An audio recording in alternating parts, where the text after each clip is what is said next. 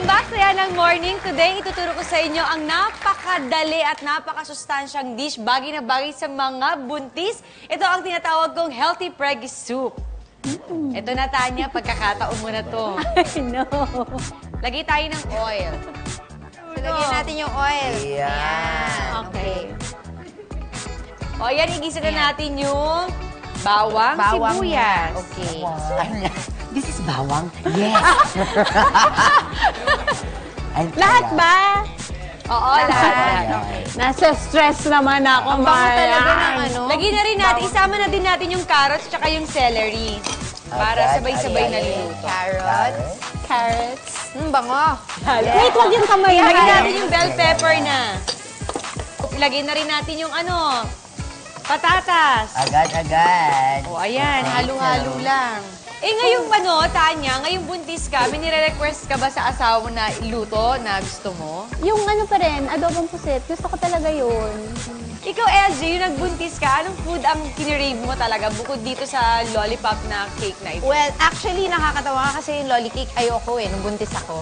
Ang Ganun? gusto ko, kinrave ko, before I found out I was pregnant, gusto ko yung fishball.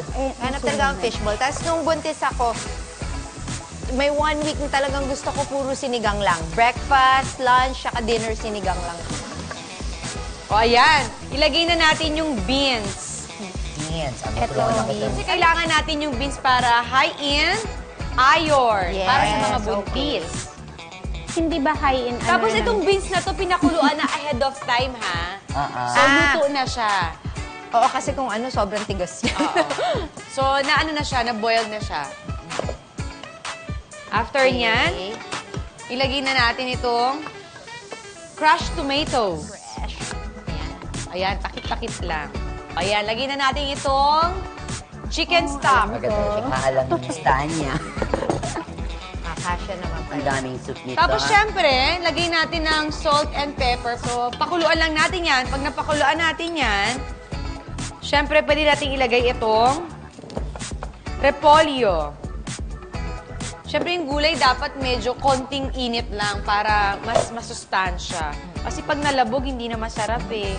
Pag walang cabbage, kahit anong leafy vegetable, pwede. Oo naman. Petchay, mga ganyan. Petchay, why not? Malunggay. Ayun, Actually, pwede. Healthy. Oo. Konting-konti. Ayan, pag kumulo na to, pwede nating ilagay dito, tapos na. Ganong kadali lang to. So, walang dahilan para hindi ka magluto, Tanya. Dali-dali lang pala. Kaya-kaya ni Miss Takot na Tanya takot. to. Oo. Ayan, pag kumulo na, ganong kadali lang. Tapos na ang ating soup. Sarap nito, ah. May mikinit na So, para syempre mas masarap, lagyan natin ng cheese. Okay. Top. On top. Sige na, muna tayo. Tapos lagyan natin ng basil.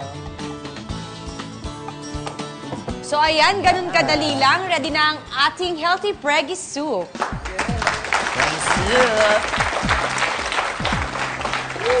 Ayan, tikman na natin itong niluto natin.